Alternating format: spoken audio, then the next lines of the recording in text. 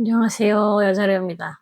네, 오늘은 이제 외국에서 논란이 되고 있는 이제 커피 음료에 대해서 좀 알아보려고 하는데, 이제 이게 왜 논란이 됐냐? 커피 음료를 diabetes in a cup이라고 부르고 있다고 하거든요. 커피 한 잔이 아니라 당뇨 한 잔이라고 부를 정도로 심각하다는 뜻이죠.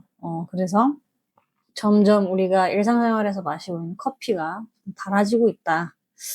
심지어 디저트보다 달아졌다라고 얘기를 하거든요. 그래서 예전에 비하면 우리가 당 섭취에 좀 길들여져 있는 게 아닌가 생각이 드는데, 이제 카페에서 일하는 알바생 분들이 자기들이 음료 제조 과정을 이렇게 브이로그로 올리잖아요. 그걸 SNS에 올리면서부터 이 다이아비티스 인 에 컵 이 트렌드가 되었다고 합니다. 네. 그래서 얼마나 심각한지 보기 위해서 이제 영상을 좀 준비해 봤어요. 이제 던킨 도넛에서 커피 음료를 만드는 그 영상인데, 이제 한번 보도록 할게요. 얼음 많이 넣었죠. 보니까 모카 아이스 라떼를 중요한 것 같은데, 모카 소스를 추가하고 있어요. 이제 그만해도 될 것 같은데? 몇 번 하는 거야? 계속해. 그만해, 이제. 그만. 미친, 몇 번을 넣은 거야? 시럽이 커피보다 많아요, 이 정도면. 그리고 헤이즐넛까지 넣고. 이건 뭐야? 설탕 XL 사이즈가 있어요. 미친. 아, 뭐야, 무슨 빙수 얼음처럼 나와. 근데 이거 커피는 언제 나와요? 커피 이제 나오네. 커피가 아닌데? 커피 이제 나옵니다. 와, 커피. 이 정도면 그냥 설탕물에 커피를 추가한 거 아닌가요? 미친, 이거 봐. 이거는, 커피는 그냥 사이드고, 어우, 사약 수준인데요? 썩지도 못해. 그러니까 슈가 설탕 7번, 크림 4번, 헤이즐넛 샷 4번, 모카 시럽 9번.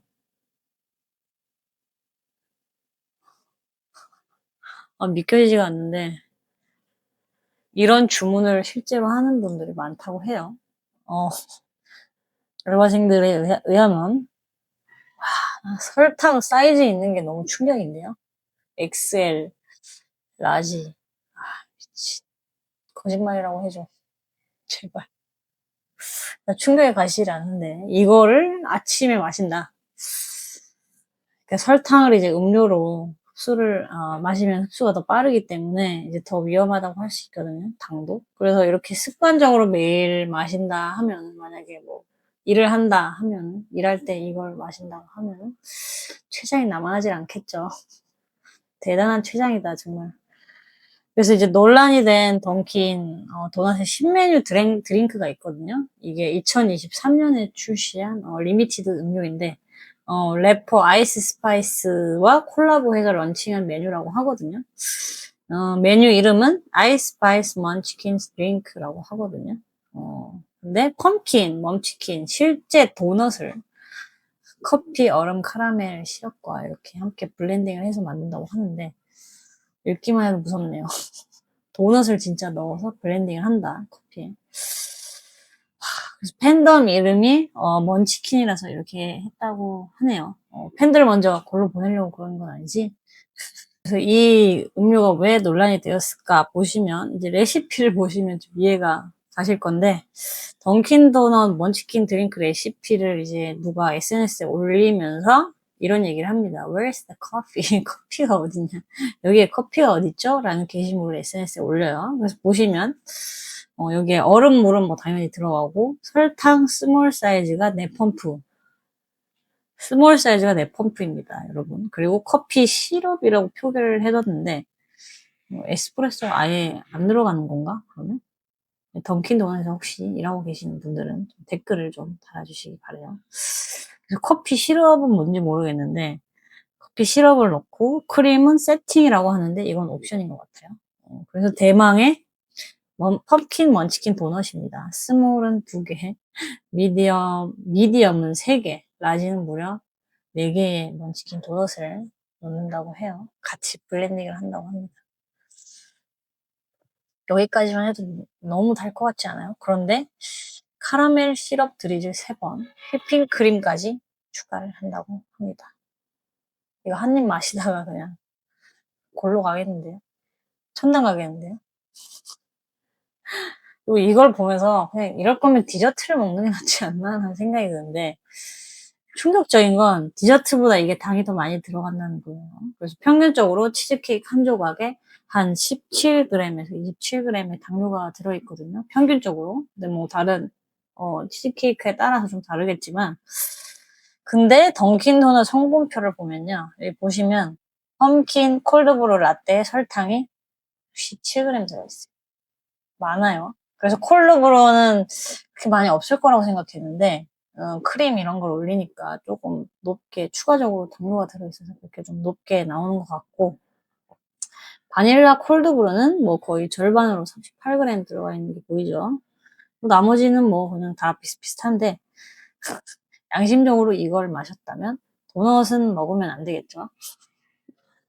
근데 또 먹겠지. 그래서 여기서 기겁했던 게 바로 이제 밑에 표시되어 있는 얘인데, Cereal and Milk 쿨 라떼. 얘는 라지 사이즈가 칼로리가 무려 890입니다, 여러분. 890. 그러니까 식사 한 끼 수준이에요. 김치찌개에 밥 말아 먹어도 얘보다 칼로리가 낮아요. 더 충격적인 건 당류가 187g이라는 겁니다. 187g. 그래서 첨가당이 168이라고 나오고, 이거는 그냥 뭐 케이크 한 판 수준인가? 그것보다 낮으려나? 아무튼 그 정도 수준인데, 이거를 아침 커피로 마시면 하루 종일 달달하고 참 좋겠어요. 그죠? 미국 식품의약국에서는 일일 첨가당 섭취량을 50g으로 정했거든요. 그래서 이거는 그 수치를 훌쩍 뛰어넘죠. 그래서 생긴 건 그냥 아이스 라떼도 생겼는데, 이게 되게 위험한 녀석이네. 이제 뭐 설탕이 많이 들어간 달달한 그런 커피를 생각하면 뭐 휘핑크림 막 들어가 있고 뭐 시럽도 막 뿌려져 있는 그런 게 아니라, 그런 걸 생각하잖아요, 보통. 근데 저런 평범하게 생긴 아이스 라떼도 당 첨가가 뭐라고 187g이나 당류가 들어있다고 하니까, 이렇게 평범한 아이스 라떼를 챙긴 애들도 위험하다니 좀 충격적입니다. 그리고 이제 던킨뿐만이 아니라 다른 커피들도 좀 비슷한데, 이제 스벅도 성분표를 좀 봤거든요, 제가. 그래도 던킨보다는 당류 함량이 좀 낮은 것 같아요. 그래도 당류 첨가당 50g 넘는 건 거의 없었거든요, 보니까. 그래도 확실히 이제 우리의 생각보다는 좀 많이 들어간다는 거. 일일 하루 권장이 50이니까 많이 들어가는 거죠. 커피 한 잔에 그 정도 있는 거니까. 그래서 마시면 당흡수가 더 빠르게 되기 때문에 전문가들이 이런 트렌드를 좀 경고하고 있어요. 씹어 먹는 것보다 한 방에 딱 마시면 더 당 스파이크가 빨리 오기 때문에. 그래서 이제 이거는 세계적인 전염병 수준이다라고 이제 세게 경고를 하고 있거든요. 이걸 보면 진짜 그냥 이거 보니까 그냥 아만 마셔야 될 것 같은 느낌. 아니면 설탕이 안 들어간 이제 라떼나 카푸치노 이런 거. 프라푸치노는 커피가 아니라 디저트라고 생각하시면 돼요. 얘는 커피가 아니에요. 그것 빼고는 이제 생각보다 당류가 많다는 점, 높다는 점. 그래서 저는 차라리 디저트를 먹겠습니다. 치즈케이크 한 조각 먹고 커피 한 잔 마시는 게 프라푸치노 주문하는 것보다 당류가 낮을 수 있다는 거. 물론 이제 어떤 치즈케이크냐에 따라 다르겠지만. 그래서 이런 것 때문에 이런 미국에서 논란이 되지 않았나, 이런 메뉴들이. 그래서 당뇨가 세계적으로 이제 급증하고 있는 이런 상황에 이런 음료 트렌드도 한몫하고 있다고 봐요. 우리가 매일 마시는 거잖아요, 커피는 솔직히. 뭐 일하러 갈 때나 뭐 공부를 할 때나 커피는 항상 마시기 때문에.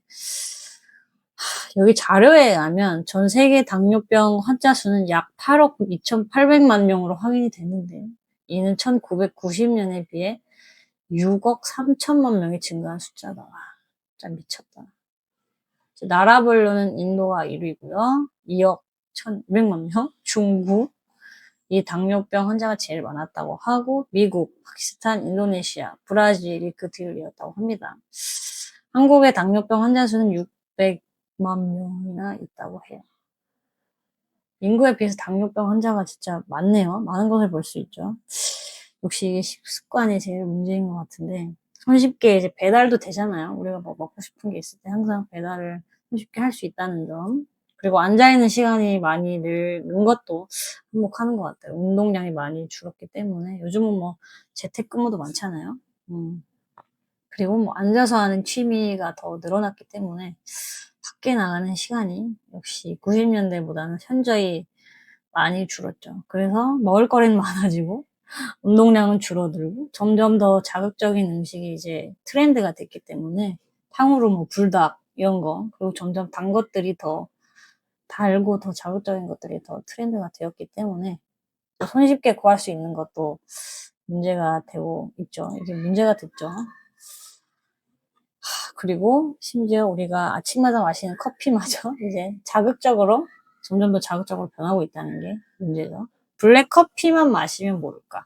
커피가 실제로 이제 암 발병률을 낮추는데 효과적이라는 연구 결과도 있거든요.